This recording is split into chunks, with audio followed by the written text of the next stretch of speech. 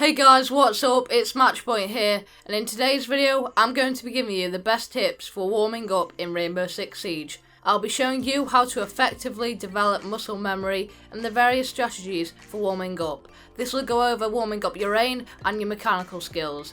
If you're new around here, welcome, and I hope you enjoy the video, so let's get on into it. So, a very classic way to warm up your aim is to head into T-Hunt or an aim trainer. You may hear people saying repeat, repeat, repeat, and practice your aim over and over again. Well, the truth is, this is the wrong way of doing it, and it's not effective at all. If you're heading into T-Hunt after T-Hunt after T-Hunt, this is going to cause you to become very bored and tired, and this isn't going to make your aim any better. In fact, it's going to hinder it, and your practicing is pointless, as because the more you become bored and tired, your accuracy may decrease during that T-Hunt session because you've done it so many times that you become bored and tired. Now don't get me wrong, practice makes perfect, but this doesn't mean that if you go into so many T-Hunt games that your aim will significantly increase. Because if you want this to happen, then you're going to have to warm up effectively. Now, a warm up to me is not only re-jogging your memory, but practicing that technique so you can get it to a high level. Because whilst you're warming up, you're also going to be increasing your ability to perform a certain technique. Because when you're warming up, you might not be only warming up your mechanical skills, but you also might be developing your crosshair placement, for example,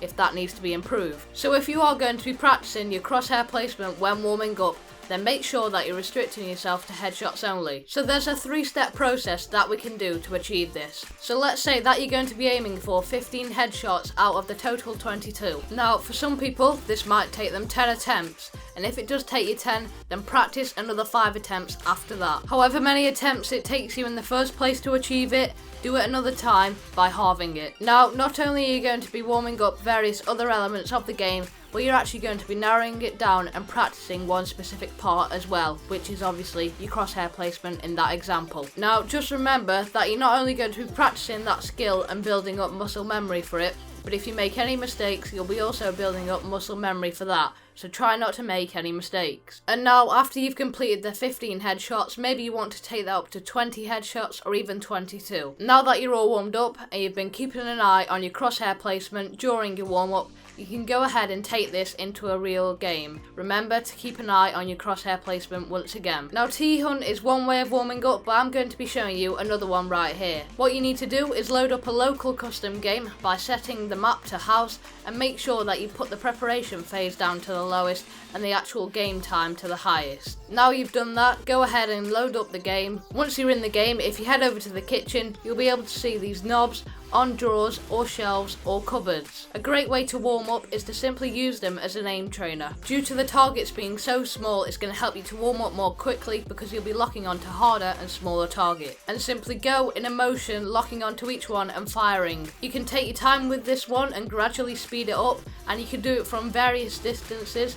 You can do it from up close, or you can even do it from far away. Whichever one you choose, they'll be both helping you to warm up effectively. Now, after however long you chose to do this for, you can then go and switch it up. You may start to add in movement during this warm-up routine, or you may even start leaning from side to side. Either way, advancing on to the next stage of the warm-up process. Now, another fantastic way to warm up is playing a different game. For example, this could be CSGO or even Apex Legends, something like that. Now, you may have not heard this being talked about before, but these games that I've picked out are incredibly good at warming up. CSGO is amazing for warming up as it's got various maps that you can use to warm up as well, and playing BR games before you're heading on to Rainbow Six will help a lot, due to the fact that it's not only going to help you warm up your mechanical skills, but it's also going to help you warm up your game sense and various aspects like that. They're very fast paced, and it will also help you to improve your decision making. Now, you may be wondering, so I know how to warm up now, I've been given the tips and I've got that locked down. But how long should I be spending? A lot of people can't dedicate their lives to Siege, obviously. Therefore, I would recommend spending 10 minutes on each activity that I've mentioned. So the first one will be warming up in T-Hunt, the second one will be in the custom games, and then the third one will be in the Battle Royales or CSGO. Now, once you're warmed up and ready to go, this doesn't mean that you wait another hour before you start playing if you've got something else to do. You need to transition into your game session quickly. So if you've practiced all these warm-up tips and then you're going to go and head into ranked, make sure you do this within the next 10 minutes or so. As if you decide to get into your competitive games 20 minutes later, the warm-up you have just done will be completely useless and not effective. So therefore remember to have some sort of urgency after you've completed your warm-up routine. Overall, these tips are going to help you to warm up efficiently and quickly. Not only that, but you're going to be building up muscle memory as well whilst doing it and practicing various other aspects of your game. And that is going to be it for today's video, guys. I hope you have all enjoyed it. If you did, or this video helped you out, then make sure to give it a like and subscribe to stay up to date with the best tips and tricks in Rainbow Six Siege. And I'll catch you guys in the next one. Bye bye.